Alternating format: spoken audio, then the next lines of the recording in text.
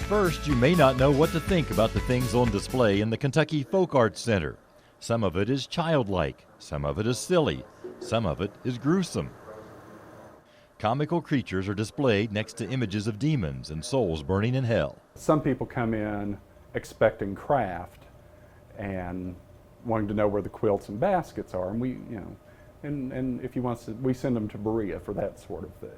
The center's director is used to explaining what defines folk art. The main thing to know is that it's by self-taught artists, those who never had access to formal instructions or materials, but found a way to be creative anyway. Folk artists, we're not always, or we're not typically born into easy lives. The art they make grows out of that challenge that was presented to them by the culture that they lived in.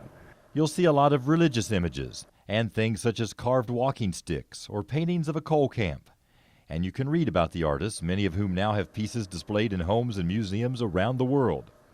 In fact, this center at Morehead State University started out as a way for the artists to market their work and make sure they weren't being taken advantage of. We wanted them to be treated fairly. It wasn't very, very kind to people to pay them $50 for a piece here in Kentucky and take it back to Chicago or New York as a dealer and sell it for $1,000.